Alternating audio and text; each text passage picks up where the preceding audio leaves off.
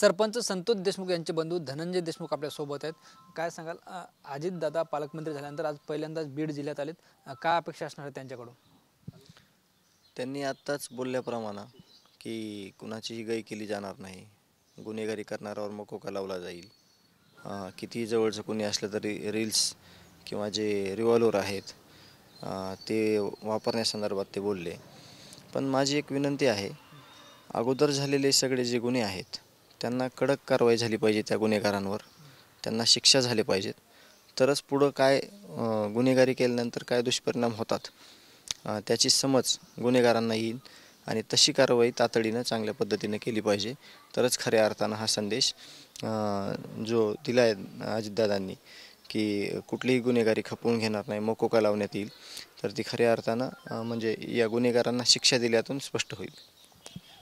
गेली 50-52 दिवस झाले तुम्ही न्यायासाठी लढत आहात. आज अजितदादा बीडमध्ये आहेत, कोणी भेटणार आहात तुम्ही की गावकरी? नाही, तसं काही नियोजन नाही भेटायचं. तसंच काही कळवलेलं पण नाही कोणाला. आपण बघतो दादा, असंही माहीत की बीड जिल्ह्याची जी बदनामी होती सगळ्यांना ती पुसून टाकायची. कोण करते बदनामी?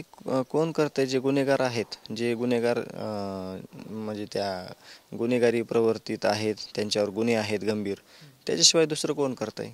आणि त्यांची जी पाठराखण करणारं कोणी आहे किंवा ज्याच्या कोणाच्या जवळचे असतील ते गुन्हेगारी करतायत. गुन्हेगारालाच गुन्हेगार म्हणलं जातं आहे ना, इतरांना थोडी गुन्हेगार म्हणलं जातं आहे.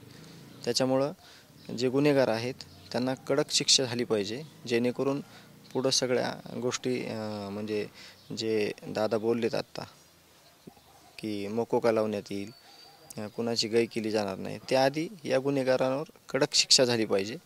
आम्हाला न्याय मिळाला पाहिजे. या गुन्हेगारांना, आरोपींना फाशीची शिक्षा झाली पाहिजे. आपण बघते 50 दिवस उलटून गेलेत, मात्र अजूनही एक आरोपी आहे जिथे फरार आहे. CID तपास करते, SIT करते, बीड पोलीस करते. आता तो आरोपी कुठं लपलेला आहे किंवा त्याला कोणी फरार केलेला आहे किंवा त्याला कोण पोसतंय, याच्यावर पहिले गंभीर गुन्हा नोंद करून त्याच्यावर कारवाई केली गेली पाहिजे ज्यावेळेस तो सापडल. आणि जे आरोपी सगळे सापडलेले आहेत त्यांना कोणी मदत करणारे जे आहेत त्यांचेसुद्धा कमीत कमी नावं तरी जाहीर करा, म्हणजे त्याच्यापासून सावध राहता येईल जनतेला. आणि हे नावं जाहीर केले पाहिजेत, म्हणजे कळतं आहे की गुन्हेगारी कोण करतं आहे. तुम्ही आत्ता म्हणल्याप्रमाणे की नाव खराब कोण करतं आहे? गुन्हेगाराला ज्यांनी कोणी फरार केलं आहे, गुन्हेगाराला ज्यांनी कोणी सांभाळलं आहे, हेच लोक नाव खराब करायला आहेत ना. मग त्या लोकांची नावं जाहीर केली पाहिजेत आणि ते नावं पोलिसांकडे आहेत. आपण जर बघितलं तर बीडचे पालकमंत्री म्हणून दादांनी आता सूत्र हातात घेतलेत. नेमकं तुमच्या प्रकरणात दादांनी काय लक्ष घेतलं पाहिजे, तुम्हाला असं अपेक्षित आहे? यांना कुठंही सोडलं नाही पाहिजे. निपक्षपातीपणे याच्यावर कुठलंही प्रेशर न येऊ देता हे प्रकरण निकाली काढलं पाहिजे. यांना फाशी दिली पाहिजे. मग खऱ्या अर्थानं जे दादा आज बोललेत की काहीच खपवून घेणार नाही कुणाचं, जवळचे असोत किंवा लांबचे असोत, जे गुन्हेगार आहेत ते गुन्हेगार, त्यांना शिक्षा देणार, त्यांच्यावर मकोका अंतर्गत कारवाई करणार. त्याप्रमाणे या जे गुन्हेगार आहेत त्या गुन्हेगारांना फाशीच्या शिक्षेपर्यंत दादानं पाठपुरावा केला पाहिजे. एक पालकमंत्रीपद म्हणून, म्हणजे पालकमंत्री म्हणून अशी माझी इच्छा आहे. आपण म्हणता की निपक्षपाती चौकशी झाली पाहिजे, मात्र दुसरीकडे असाही आरोप होतो की धनंजय मुंडे मंत्री असल्यामुळे जे आहे ते यंत्रणेवर कुठेतरी दबाव येतो, तर त्यांच्या राजीनाम्याची गरज आहे असं तुम्हाला वाटतं का? ते अजितदादांना जिम्मेदारी घेतली पाहिजे. ते पालकमंत्री आहेत बीडचे, कुटुंब प्रमुख आहेत बीडचे, ते त्यांनी जबाबदारी घेऊन त्याची जे खबरदारी आहे ती त्यांनी घेतली पाहिजे.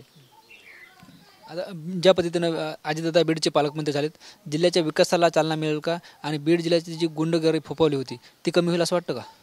विकासाचं मी काही बोलत नाही, पण गुंडेगिरी जी फोफावलेली आहे ती कमी नक्कीच झाली पाहिजे, कमी झालीच पाहिजे आणि आम्हाला न्याय मिळाला पाहिजे. बाकी जे अजितदादाचं कार्य आहे, जे काम करतायत अजितदादा, त्यांनी जे दिलेले आत्ताचे शब्द आहेत आजचे, ते योग्य आहेत. त्यांनी त्याच पद्धतीने नीट लक्ष देऊन सगळ्या यंत्रणा राबवून त्यांनी काम केलं पाहिजे.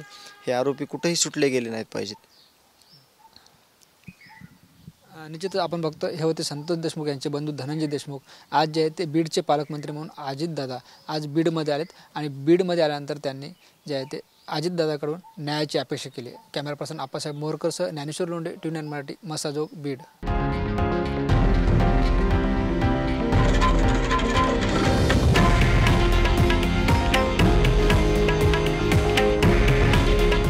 हे आहे देशातील नंबर 1 न्यूज नेटवर्क आणि आपण पाहत आहात TV9 मराठी.